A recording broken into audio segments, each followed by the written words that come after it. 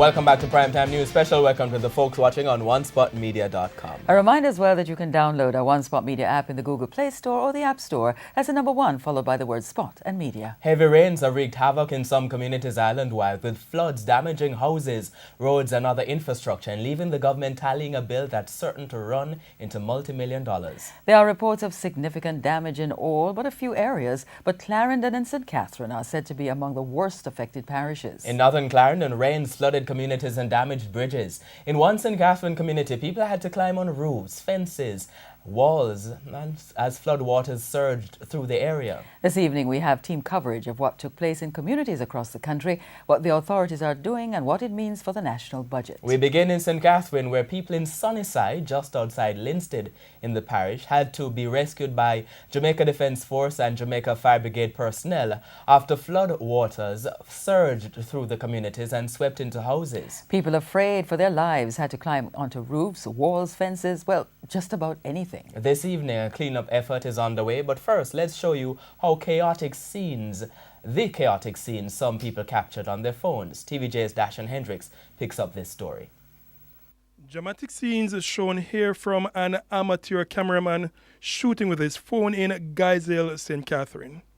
We're at the main road that leads to Guy's Hill, Redwood, and all those areas, St. Mary, lead you to St. Mary. And this is the main road, cut right in two. A road transformed into a river, cutting off residents. Some have been marooned on the other side since last night. The alternative route is also cut off as the rivers in the area overflow, close to farms which are now inaccessible. I don't know what the government is going to do this time.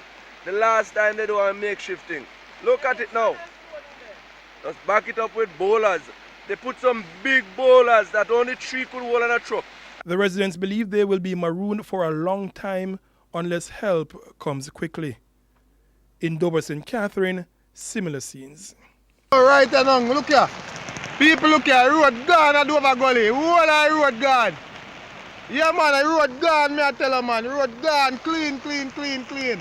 Flat Bridge in the Bogwalk Gorge was similarly impassable, as shown by this still, as the Rio Cobre overflows its banks. Here in Spanish Town, a stone's throw from the hospital. In the vicinity of the old Iron Bridge, a clear picture of the muddy Rio Cobre. Waters which are normally 50 feet below the road surface, almost within touching distance from the top of the bridge. At the intersection of Brunswick Avenue and Walks Road in Spanish Town, the road was impassable also to pedestrians.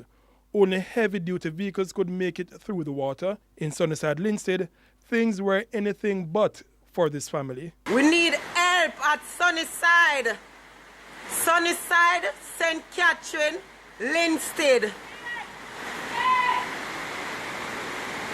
This lady is outside from after 3 this morning with her twins, and we have been calling for help. And we're calling the JDF, we call fire brigade, we call the police. Everybody come, but nobody cannot cross it. They were eventually rescued, but will no doubt be telling this tale for a long time. Dashan Hendricks, TVJ News.